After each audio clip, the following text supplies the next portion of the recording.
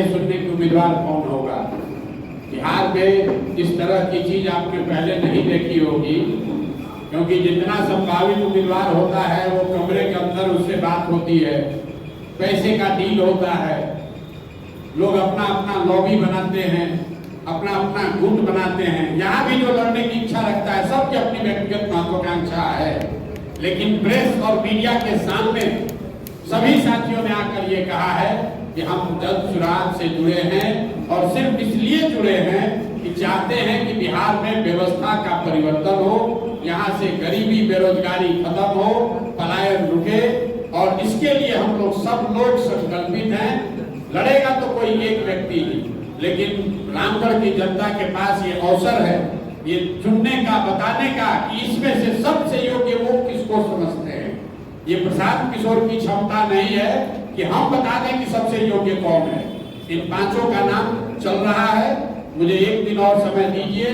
जन सुराग से जुड़े हुए जितने साथी हैं, मैं जान रहा हूँ सबके मन में उत्सुकता है, भैया जल्दी घोषणा कीजिए।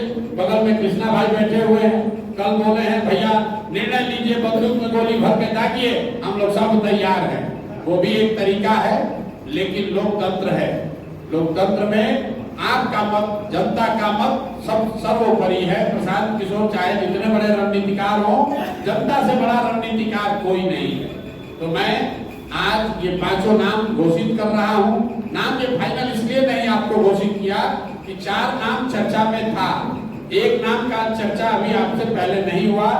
वकील साहब जो आज अभी नाम घोषित हुआ है, तो रामगढ़ की जनता को ये अवसर मिलना चाहिए, जो साथी हम लोग से जुड़े हुए हैं, कि उनके नाम पर भी वो अपना फीडबैक कर दे। अभी 1-2-4 घंटे में हमारे साथी जो जमीन पर हैं वो उस काम में लगे हुए हैं। आप हमको कल सुबह आपके व्हाट्सएप पर ये सूचना 11 बजे आ जाएगी। जन सुराग का उम्मीदवार 25 तारीख को अपना नामांकन करेगा।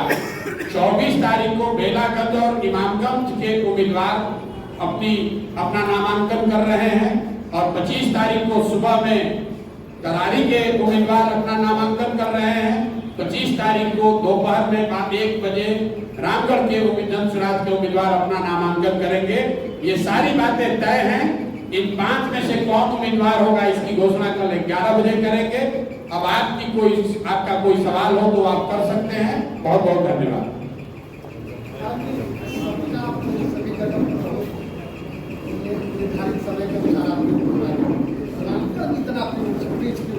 रामगढ़ में पेंच फंसा नहीं है। रामगढ़ में दिक्कत ये है कि यहाँ ये जो क्षेत्र है ये राजनीतिक जमींदारों का क्षेत्र है। लोगों ने रामगढ़ को अपनी राजनीतिक जमींदारी का क्षेत्र बना रखा है, और सामान्य सर्वे करने में भी, लोगों से उनकी मंशा जानने में भी थोड़ा समय लग रहा है। यहाँ पर जो लोग हैं उनकी दबंगई, राजनीतिक दबंगई इतनी है कि नीचे से लोगों को निकालने में थोड़ा समय लग रहा है। इस बात का भी आप ध्यान रखिए कि अभी हमारी यहाँ पदयात्रा नहीं हुई है, जो मैंने पहले कहा, हमारा संगठन नहीं है। तो सामान्य लोगों से जाकर रामगढ़ में पेपर पर 431 गांव है, लेकिन जमीन पर यहाँ सर्वे कीजिएगा, जाइएगा तो 239 गांव है। बाकी गांव पेपर पर है, गांव जमीन पर नहीं है। गांव इसलिए नहीं है कि मतलब वो मर्ज हो गया है या 2 गांव मिलकर एक हो गया है। तो 239 गांवों में इन 5 व्यक्तियों के बारे में जाकर सर्वे करना, थोड़ा सा 2 दिन समय दीजिए। हम लोग रात दिन लगे हुए हैं, 1 दिन में पता चल जाएगा। आपको ये तो पता चल ही गया, इसी 5 में से कोई होगा। अब कौन होगा उसके लिए 12 घंटा और सही। और चुनाव की प्रक्रिया तो 28 तारीख से शुरू होगी। 25 तारीख तक नामांकन करना है। 28 तारीख तक स्क्रूटनी के बाद पता चलेगा कि भाई किसका नामांकन स्वीकार हुआ, उसको सिंबल क्या मिला। एक और बात आप समझिए, जो पूरी व्यवस्था बनी हुई है ये इनकम्बेंट प्रो इनकम्बेंट है। बिहार में नहीं, देश में। आप नया दल बनाए हैं, आपको सिंबल नहीं मिलेगा। सिंबल आपको मिलेगा 28 तारीख को। आप नया दल बनाए हैं तो आपको कागज पर ज्यादा स्क्रूटनी है। इसलिए ऐसा जो व्यवस्था है कि जो पहले से स्थापित दल है उनको एडवांटेज है। इसीलिए तो कोई नया लड़का, नया समाज का व्यक्ति नया दल बनाकर प्रयास नहीं कर पाता है। लेकिन जन सुराग इससे घबराने वाला नहीं है। हमने कुछ लोग कह रहे हैं प्रशांत किशोर फंस गया। प्रशांत किशोर फंस गए हैं, समझ में नहीं आ रहा है। तो जो लोग ये टीका टिप्पणी कर रहे हैं उनको पता नहीं है कि एक प्रशांत किशोर एगो तो नहीं, एक 4 वो चुनाव लड़ाए, तो 4 को विधानसभा है। दबाव इस बात का है कि 10 दिन पुरानी पार्टी है, लेकिन राज्य भर में सबसे ज्यादा स्क्रूटनी हो रहा है कि जन सुराज किसको उम्मीदवार बनाता है, अच्छा बनाता है कि खराब बनाता है।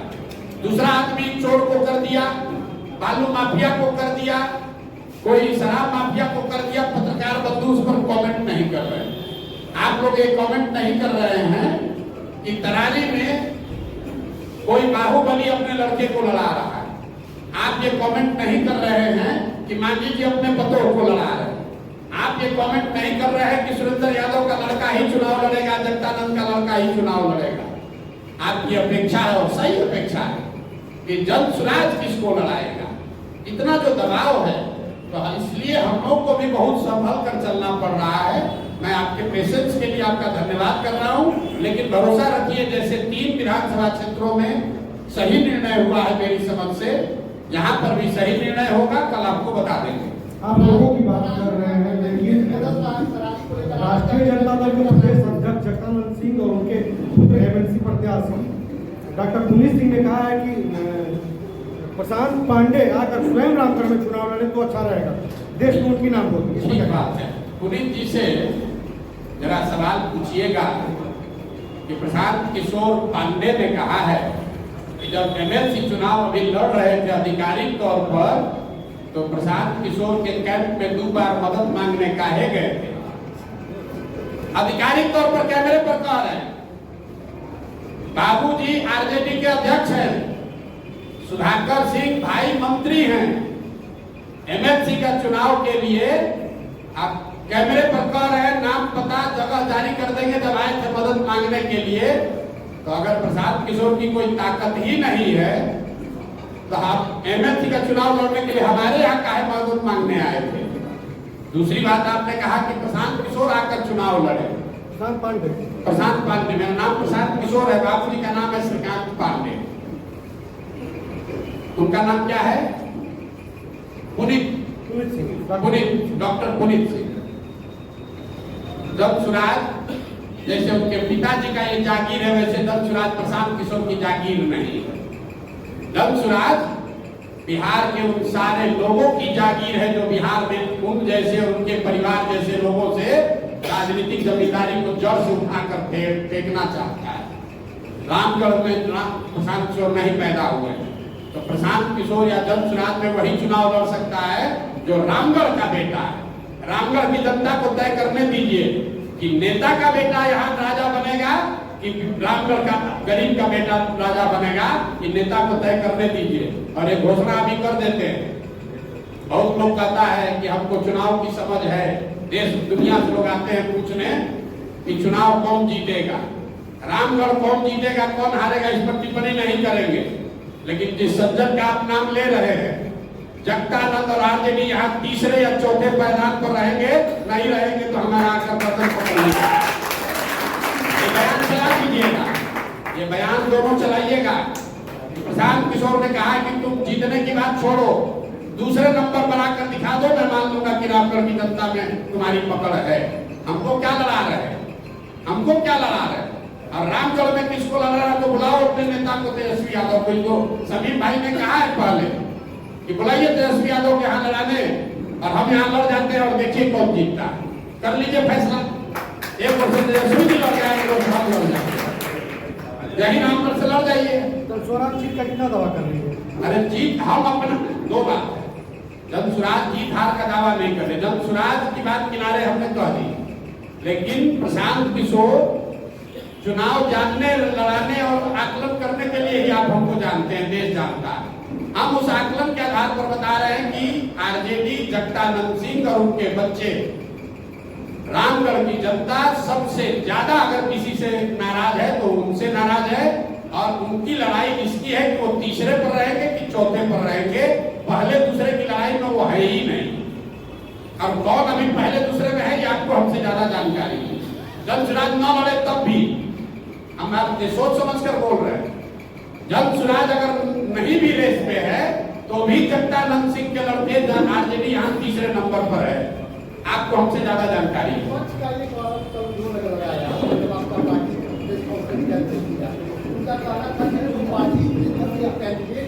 ठीक बात, वो जीत का दावा क्या करे? बिल्कुल ठीक बात है। अब देखिए, एक विद्यार्थी है जो परीक्षा के केंद्र तक जाते जाते पढ़ रखे अपना नोट रिवाइज कर रहा है। एक विद्यार्थी है जो दारू पी के 2 दिन पहले ही कह कि अब तो परीक्षा पास हो गए। हम वो विद्यार्थी हैं कि परीक्षा लिखने तक पढ़ते हुए जाते हैं। रिजल्ट जब आएगा तब आपको दिखेगा कि कौन पढ़ कर गया और कौन दारू पीकर पहले सो गया। चुनाव आयोग ने निर्धारित किया है समय 20 से 25 के बीच में नामांकन होना है, वो 25 से पहले होगा। हमारे लिए रिलैक्स नहीं होगा। 20 को जो नामांकन किया उसका भी फाइनल 28 को ही होगा, उसका भी वोट 13 को ही पड़ेगा। ऐसा नहीं है कि आप कूद के पहले नामांकन करके तो वोट आपको पहले मिल जाएगा। हम तो सबसे पहले तरारी की घोषणा किए, उस समय दूसरे दल वाले कहाँ थे? बेलागंज में, इमामगंज में सबसे पहले दल चुनाव ने दावा किया, दल घोषित उम्मीदवार घोषित किया, उस समय ये लोग कहाँ थे? संभव है कि हमारी रणनीति का हिस्सा है, पहले इनको घोषित करने दीजिए, उसके बाद। ये तो सब रणनीति का हिस्सा है कि किस सीट को हमको पहले अनाउंस करना है, किस सीट को बाद में अनाउंस करना है। हम तो वो ये कह सकता है कि इनको तो प्रत्याशी नहीं मिल रहा है। तो देखिए 5 को आदमी बैठा हुआ है यहाँ पर, प्रत्याशी नहीं मिल रहा है, ये तो बात है नहीं। इनमें से किसको चुनना है? अब जगदानंद सिंह को तो पता है कि हम लड़ेंगे, उसके बाद हमारा बेटा लड़ेगा, बेटा के बाद उसका बेटा लड़ेगा। तो उस नजरिए से आप किस चुनाव की बात कर रहे हैं? हम तो आपको घोषित कर दे रहे हैं कि 2029 में भी आरजेडी का उम्मीदवार कोई जगदानंद के लड़का ही होगा, उनका परिवार का ही होगा। तो उनको क्या किसी से पूछने की जरूरत है? एक आपसे 2 सवाल। आप कैंडिडेट सिलेक्शन के लिए आपका स्टैंडर्ड थॉट क्या होगा? पॉलिटिकल स्टैंडर्ड थॉट ये है कि जिसको भी समाज में सही व्यक्ति लोग बता रहे हैं। ये निर्णय तो लोकतंत्र में जनता करती है सर। हाँ, तो जनता कर रही है। आप अपनी थॉट क्या लेकर चल रहे हैं? पॉलिटिकल, सुनिए ना मेरी, सोशल, इकोनॉमिकल। अरे लिखा हुआ सही लोग। अमेरिका में अभी चुनाव हो रहा है, सुनिए तो लीजिए ना, सही लोग का क्या पैमाना है बता रहे हैं। अमेरिका में अभी राष्ट्रपति का चुनाव है, वहां एक ओर से रिपब्लिकन पार्टी के उम्मीदवार है डोनाल्ड ट्रंप और डेमोक्रेटिक पार्टी की उम्मीदवार है कमला हैरिस। आपने पत्रकार होने के नाते कभी ये पूछा कि डोनाल्ड ट्रंप को टिकट किसने दिया, कमला हैरिस को उम्मीदवार किसने बनाया? वो किसी एक व्यक्ति ने नहीं बनाया, कोई आदमी वहां टिकट नहीं देता है। वहां जैसे हम 5 उम्मीदवार खड़े हैं, वैसे रिपब्लिकन पार्टी से 5 आदमी 10 आदमी कहता है हम दावेदार हैं राष्ट्रपति के उम्मीदवार के, और 6 महीना वो आदमी कैंपेन करता है अमेरिका भर में घूम के। लोग बताते हैं 5 में सबसे अच्छा डोनाल्ड ट्रंप हमको लगता है, तो डोनाल्ड ट्रंप होगा उम्मीदवार। इसी तरह कमला हैरिस देखिए, वहां जो अभी राष्ट्रपति हैं बाइडेन साहब, वो उम्मीदवार घोषित हो गए, फिर जनता ने कहा नहीं इनका उम्र ज्यादा है, ये नहीं चलेंगे, तो कमला हैरिस वहां उम्मीदवार है। यहाँ बिहार में और रामगढ़ में तो बपौती है, हम रहेंगे, हमारा बेटा रहेगा, उसके बाद बेटा रहेगा, उसको किसी से पूछने की जरूरत क्या है? तो चाहे तो अगले 10 वर्ष के उम्मीदवार अभी घोषित कर देगा। एक सवाल और सर, आपने विगत जो चुनाव लोकसभा में किया उसमें आपकी भविष्यवाणी या के हिसाब से आपका जो आंकड़ा था वो फ्लॉप था, आपने इसको स्वीकार किया। फ्लॉप रहा। आप कैसे स्वीकार करते हैं? आपको ज्यादा जानकारी है क्योंकि आप पत्रकार हैं। फ्लॉप रहा, आप सुन लीजिए, हम जान रहे आप कहाँ आ रहे हैं। हमने लोकसभा चुनाव से पहले 6 महत्वपूर्ण बातें कही। पहली बात कही कि अगली सरकार भाजपा की एनडीए की ही बनेगी और उसमें ऐसा लगता है मोदी जी ही प्रधानमंत्री बनेंगे। आज देश में किसका सरकार है? भाजपा का है, एनडीए का है, मोदी प्रधानमंत्री है। दूसरी बात मैंने कही कि जो मोदी जी के प्रति लोगों में जो पहले श्रद्धा, जो आग, जो अंधभक्ति थी, उसमें बड़े पैमाने पर गिरावट दिख रही है, वो भी आपको दिखा। तीसरी बात मैंने कही कि मोर और लेस जितना भाजपा को सीट पिछली बार आया था 300, उतना ही सीट आएगा। ये बात ठीक है, ये गलत हुआ। हमने क्या कहा, जो स्थिति पहले 2019 में थी वही रहेगी। तो वोट शेयर के मामले में भाजपा को 2019 में 36% वोट आया था, इस बार 35.13% वोट आया है, 0.7% कम आया। सीटों के मामले में 300 के बजाय 240 आया है, जो बड़ी गलती है, जिसको आप लोग बता रहे हैं।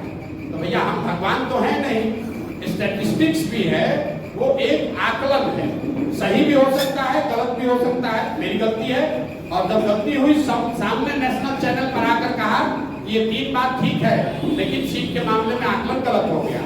चौथी बात क्या बोली कि कोई भी कितने भी मोदी जी को सीट से जीत कर आए, 250 आए या 300 आए, तीसरे टर्म में मोदी जी अपने पहले और दूसरे टर्म के मुकाबले कमजोर प्रधानमंत्री होंगे। वो आपको दिख रहा है।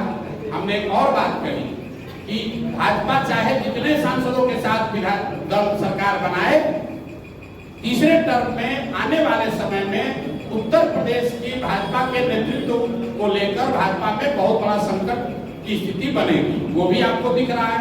योगी जी की बात रोज आप सुन रहे हैं। तो 6 प्रेडिक्शन किए गए, उसमें 5.5 ठीक है, सीट वाला गलत है, लेकिन लोगों को तो सीट याद है, उस हिसाब से मेरी गलती है। अब एक अंतिम बात सुनिए। बंगाल में हमने कहा, पूरे देश ने कहा भाजपा को 200 सीट आएगा। प्रशांत किशोर ने कहा भाजपा को 100 से ज्यादा सीट नहीं आएगा। भाजपा को आया 77। संभव है कि भाजपा को 90 भी आ सकता था, 10 भी आ सकता था, 100 के नीचे आएगा।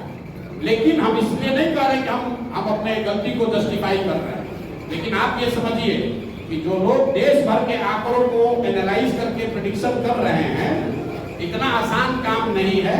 ऊपर नीचे हो सकता है 10-20 सीट। इसके लिए अगर आपको लगता है हमारी समझ खत्म हो गई है, तो मान लीजिए कि हमारी समझ नहीं है। नहीं, देखिए तरारी में क्या है, मैं आपको बता देता हूँ।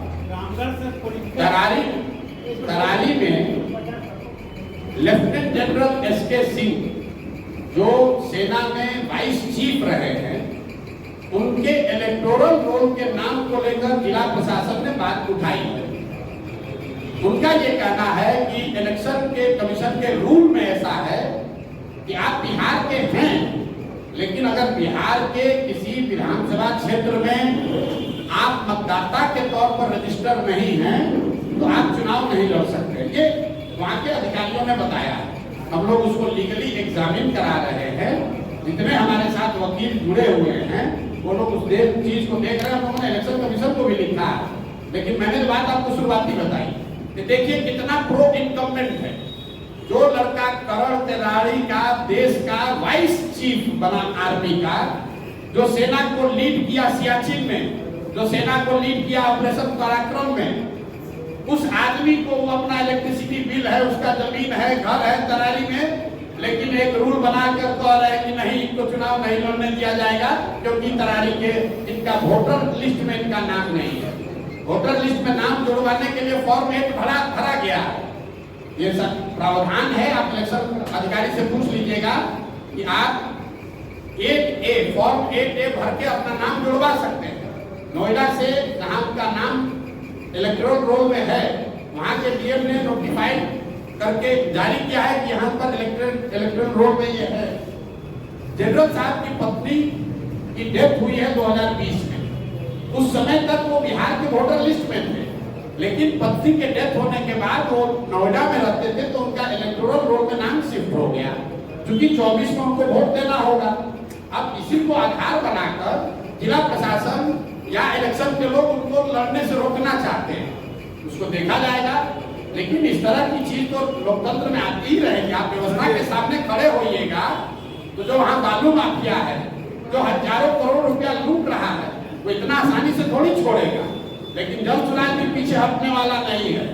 जनरल साहब वहाँ खड़े हैं, प्रशांत किशोर यहाँ नहीं लड़ रहे हैं, लेकिन प्रशांत किशोर का कोई भाई कोई सिपाही लड़ेगा, और यहाँ पर राजनीतिक जमींदारी जिन लोगों का है उनका बोरिया बिस्तर समेटेंगे। उसी तरीके से तरारी से देश का इतना बड़ा जनरल बिहार का लड़का वहां से भूमि और बालू माफियाओं को उखाड़ कर फेंकेंगे। अगर उनको नहीं लड़ने दिया तो कोई वहां तरारी का लड़का लड़ेगा, लेकिन लड़ेगा जरूर। हम लोग पीछे नहीं हटेंगे, ये नहीं कहेंगे कि हमारा नामांकन कैंसिल हो गया। हम लोग लगे हुए हैं। कल या परसों तक निर्णय इलेक्शन कमीशन दिल्ली को देना है कि उनको लड़ने की अनुमति दी जाएगी कि नहीं। लेकिन आप जरा पत्रकार होने के नाते समझिए, बिहार का जो लड़का पूरे 75 साल के इतिहास में सिर्फ 2 ही लोग आज तक 22 चीफ ऑफ आर्मी स्टाफ बने हैं बिहार से, एक गवर्नर एस.के. सिन्हा और एक एस.के. सिंह। उस लड़के को आप चुनाव नहीं लड़ने दे रहे हैं। ये फर्जी का नियम लगा करके आप कहते हैं ये चुनाव इसका इलेक्ट्रोल रोल में यहाँ नाम नहीं है, एक भरा गया है, कह रहे नहीं उसके दिन पास हो गया है। ये तो चलता है, प्रशासन और सरकार की ओर से ये सब चलेगा, लेकिन जन चुनाव इतना आसानी से दबने वाला नहीं है। हम लोग इस व्यवस्था को बदलने आए हैं, इतना जल्दी थोड़ा डरने वाले। इलेक्शन कमीशन या फिर जिला चुनाव वही पार्टियां हैं जिनके हाथों में होगा तो उनके अनुसार आप बताइए कि जो आदमी 22 चीफ ऑफ आर्मी स्टाफ है, क्या उसके नागरिकता पर शक हो सकता है? करण के वो बच्चे हैं, वहीं से पढ़े हैं, वही सूरत स्कूल से हाई स्कूल किया है, क्या इस पर शक है? क्या उनकी जमीन उस गांव में नहीं है? क्या उन्होंने वहां इलेक्ट्रिसिटी बिल पिछले 1 साल से नहीं भरा है? क्या उनका राशन कार्ड नहीं है? सब कुछ है, इलेक्टोरल रोल में वहां नाम नहीं है, उसके लिए रोका जा रहा है। तो हम आप पर निर्णय छोड़ रहे हैं कि कौन किसको रोक रहा है। एक सवाल और फॉर्म 1 इस सब के बावजूद यहाँ इलेक्टोरल रोल में ट्रांसफर के लिए नोएडा से डीएम ने उनके इलेक्टोरल रोल के को सर्टिफाई करके भेज दिया। एक हम लोगों ने सबमिट कर दिया है। डीएम कह रहे हैं कि हमारे हाथ में नहीं है, ये इलेक्शन कमीशन के हाथ में है, क्योंकि आचार संहिता लागू है। अब बताइए, डीएम अपना हाथ पल्ला झाड़ दिए और हम लोग पटना जाकर पिटीशन दिए हुए हैं। जो बिहार में सबसे बड़े कानून के जानने वालों में एक वाईबी गिरी जन सुराज के संस्थापक सदस्य है, वाईबी गिरी जी उसको एग्जामिन कर रहे हैं। तो नहीं होगा, हम लोग कोर्ट में लड़ेंगे और कोई लड़े चुनाव के बाद इसको हम लोग नेशनली चैलेंज करने वाले हैं। क्या रूल है? बिहार का कोई लड़का सेना का है, काम कर रहा है सियाचिन में, आप उसको यहाँ चुनाव नहीं लड़ने दीजिएगा भाई? कोई सियाचिन में एक सिपाही होता है, सियाचिन में इस आदमी ने ब्रिगेड को लीड किया। सियाचिन में जो कमांडर होता है सेना का, वो सबसे प्रतिष्ठित पद है। उस पद को जिस बिहार के लड़के ने लीड किया है, उसको आप कह रहे चुनाव नहीं लड़ने देंगे। किसकी गलती है? आप बताइए किसकी गलती है? कौन चुनाव लड़ेगा? वहां का बाहुबली का लड़का कौन चुनाव लड़ेगा? जो वहां जातीय हिंसा में लगा हुआ है। तो ये तो इसीलिए तो जब सुराज है, तभी तो लोगों का सत्ता पर लोगों ने कब्जा किया हुआ है। वैसे बिहार के 4 विधानसभा चुनाव आप लड़ रहे हैं, चुनावी मुद्दा क्या मुद्दा है? क्या मुद्दा है? चुनाव का मुद्दा ये है कि बिहार की जनता अपने बच्चों के लिए जगे, अपने बच्चों के लिए वोट करे। अभी तक जाति के लिए वोट कर लिया, धर्म के लिए वोट कर लिया, मंदिर मस्जिद के लिए वोट कर लिया, विचारधारा के लिए वोट कर लिया, नेता के बेटे के लिए वोट कर लिया। एक बार अपने बच्चों के पढ़ाई और रोजगार के लिए वोट करो। यही जन सुराज का नारा है, यही जन सुराज का सिद्धांत है। और इसी मुद्दे पर चुनाव लड़ा जाएगा कि नेता के बेटा को वोट देना है कि अपने बच्चे को वोट देना है। प्रशांत जी, एक सवाल मेरा है कि पार्टी के उम्मीदवारों की घोषणा पार्टी अध्यक्ष न करके आप क्यों कर रहे हैं? नहीं, पार्टी अध्यक्ष ही कर रहे हैं। आप आए हुए? अरे आज अभी कहाँ घोषणा हुई है? आप सारा प्रेस कॉन्फ्रेंस देखिए, हमको मालूम है, आप लोग यही उठाइएगा। आपको मुद्दे से नहीं मतलब है, बस सारे मुद्दे पर नहीं। सुनिए, पटना में वीडियो निकालिए, लेफ्टिनेंट जनरल वीके सिंह की घोषणा किसने की? मनोज भारती जी जो पार्टी के अध्यक्ष है उन्होंने की। बेलागंज में किसने की? मनोज भारती जी ने की। इमामगंज में किसने की? मनोज भारती ने की। आज क्यों नहीं है? इसलिए नहीं है कि गए हैं पेपर साइन करने, यही सब जो लफड़ा लगाया है कि भैया ये साइन कराइए, एक आप रेट दीजिए। मनोज भारती जी यही रामगढ़ में थे, सारे प्रत्याशियों से पूछ लीजिए। आज सुबह गए हैं क्योंकि प्रशासन परेशान कर रहा है, वो चाहता है कि जन सुराज का कोई उम्मीदवार लड़ने नहीं पाए, ये डॉक्यूमेंट चाहिए, वो डॉक्यूमेंट चाहिए। इसीलिए तो प्रशासन सब ने अपने आप को इससे मुक्त रखा है कि हम पेपर नहीं साइन करेंगे, जनता के बीच में रहेंगे। पेपर साइन करने वो गए हैं, पेपर भी साइन होगा और 23-24 तारीख को इमामगंज में और 25 तारीख को तराई और रामगढ़ में जन सुराज के उम्मीदवार अपना नामांकन दाखिल करेंगे। सर बोले कि प्रशासन परेशान कर रहा है, प्रशासन मतलब कौन? अब आप देखिए, आप बताइए कि लेफ्टिनेंट जनरल एस.के. सिंह को चुनाव नहीं लड़ने देना किसका हिम्मत है? ये कोई छोटा अफसर तो कर नहीं सकता है, ये कोई छोटा व्यक्ति तो कर नहीं सकता है, ये कोई वार्ड सदस्य का तो चुनाव है नहीं। बिहार का इतना बड़ा बेटा अपने सब कुछ, अपने सुख सुविधा को छोड़कर बिहार के लिए लड़ने आया है, उसको आप चुनाव नहीं लड़ने दे रहे हैं बालू माफिया के खिलाफ, बाहुबलियों के खिलाफ, तो कौन रोक रहा है? आपको छोड़ रहे हैं, आपके द्वारा जनता को छोड़ रहे हैं तय करने को। टिकट बंटवारे में बीजेपी कह रहा है कि अभी एक जगह में एक स्थिति है तो 200 विधानसभा में क्या स्थिति है? अरे देखिए, बीजेपी जैसे दल को, हमको यहाँ बीजेपी का टुटपुटिया नेता क्या कहता है, उसका कोई वैल्यू है? बीजेपी के नेता को पता है किसको टिकट मिलेगा, बीजेपी में टिकट कैसे बढ़ता है, हमसे ज्यादा यहाँ का बीजेपी का आदमी जानता है। बीजेपी को यहाँ कौन जानता है भाई? पिछले विधानसभा में बीजेपी को 19.6% बिहार में वोट आया। वो नीतीश का बैसाखी बन के और नीतीश का बैसाखी लेकर, दोनों लंगड़ा पार्टी देखे को बैसाखी देके खड़ा है, वो क्या बोलेगा कि कैसे टिकट बढ़ता है? कुर्सी नहीं चला है, लोकतंत्र को जिंदा किया जा रहा है। वो बेलागंज में बीजेपी वाला बतियाएगा, बीजेपी वहां बेलागंज से लड़ पाया आज तक जीवन में? वहां जो आरजेडी के बाहुबली नेता है उसके खिलाफ लड़ने के लिए कैंडिडेट आज तक बीजेपी को नहीं मिला। वो हमको बता रहा है कि कुर्सी चल रहा है। आज जहां तरारी से लड़ रहा है वो जदयू से निर्दलीय लड़े हुए और जदयू में शामिल एक बाहुबली को अपने टिकट पर लड़ा रहा है, राष्ट्रवाद का बात करता है। ये बीजेपी वाला सब राष्ट्रवाद का बात करने वाला, जरा पूछिए कि सेना के जनरल को नहीं लड़ने दे रहे हैं, जिसने भारत की रक्षा के लिए कुर्बानी दिया है 40 वर्ष, उसको नहीं लड़ने दे रहे हैं। और बीजेपी ने उम्मीदवार बनाया किसको? एक बाहुबली के लड़के को। तो चरित्र भी देख लीजिए, कहता है चाल चरित्र अलग है। चरित्र देखिए बीजेपी का, परिवारवाद का बात कर रहा है, उसको तरारी में कोई नहीं मिला। बाहुबली और बाहुबली का को भी नहीं, बाहुबली के लड़का को लड़ा रहा है और कहता है कि हम एकदम परिवारवाद हमारे खिलाफ है। वो हमको बोलेगा कुर्सी चल रहा है। कुर्सी चलने के बाद बेलागंज में कौन उम्मीदवार हुआ? जनसुराज का प्रोफेसर खिलाफत हुसैन, जिसने 30 बरस बेलागंज में बच्चों को मैथमेटिक्स पढ़ाया है, अगड़ों को, पिछड़ों को, हिंदुओं को, मुसलमानों को इस व्यक्ति ने वहां गणित पढ़ाया है 30 बरस। उस प्रोफेसर को हम लोगों ने उम्मीदवार बनाया है। जिस क्षेत्र के बारे में लोग कहते हैं कि 10 करोड़ रुपया चाहिए चुनाव लड़ने के लिए, वहां से एक साधारण प्रोफेसर को चुनाव लड़ा रहे हैं, तो आप लोग पत्रकार लोग भी कह रहे हैं प्रशांत किशोर से गलती हो गया।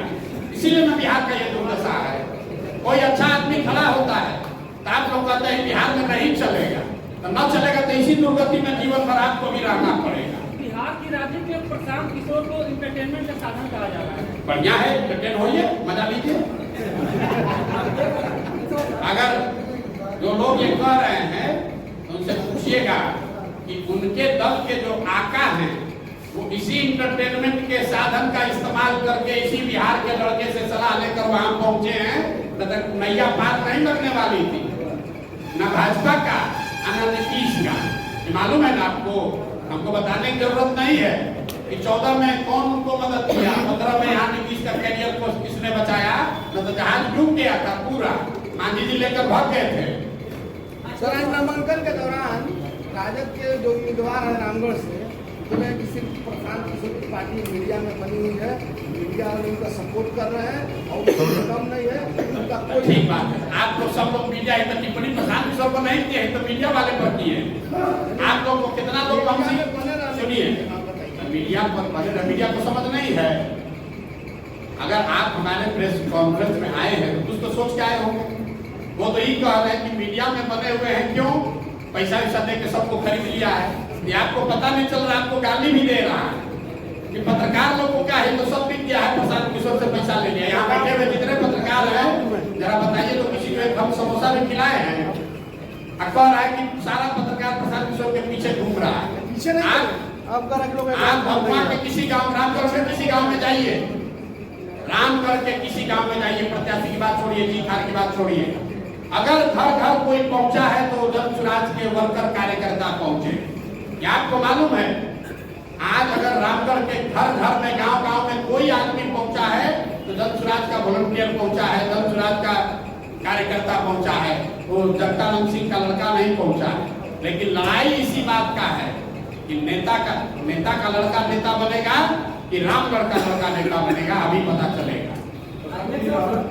अभी 2-3 घंटा चलाइएगा। एक सवाल ये है, अभी जैसे आपने कहा है कि 5 उम्मीदवार यहाँ पे हैं प्रेस कॉन्फ्रेंस में अभी आप अनाउंस नहीं कर रहे हैं। कल के लिए आपने कहा कि व्हाट्सएप पे नाम चला या जाएगा। आके मनोज जी अनाउंस कर देंगे, कहे कि भाई साहब बोल रहे हैं कि अध्यक्ष को अनाउंस करना, हम अनाउंस कर देंगे।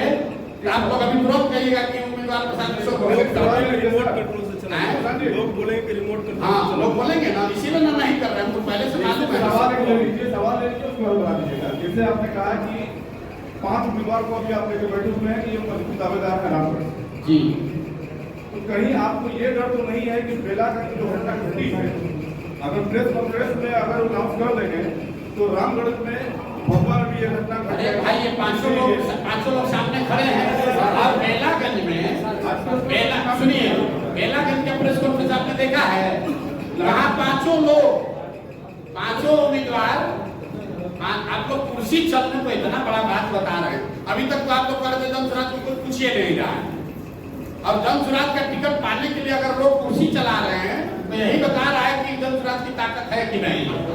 अरे भाई इतना तो समझिए, 10 दिन पहले पार्टी बना है, उस पार्टी का टिकट पाने के लिए लोग कुर्सी चलवा रहे हैं। और जब बेलागंज के प्रेस कॉन्फ्रेंस में कोई कुर्सी नहीं चला, जहां चर्चा चली है वहां समर्थकों ने कुछ हल्ला गुल्ला किया होगा, उसमें क्या लोकतंत्र अभी नहीं। अगले 1 साल में हर जनसुराज के मीटिंग में कुर्सी चलेगा, हम पहले आपको बता देते हैं। लेकिन कुर्सी चलने के बाद जो चुन कर आएगा वो लोकतांत्रिक तरीके से चुन कर आएगा। हमको अपने परिवार के आदमी को बनाना है तो कुर्सी नहीं चलेगा। राजद में क्या कुर्सी चलेगा? राजद के किसी कार्यकर्ता को हिम्मत है कि कुर्सी चला के कह दे कि हम उम्मीदवार होंगे?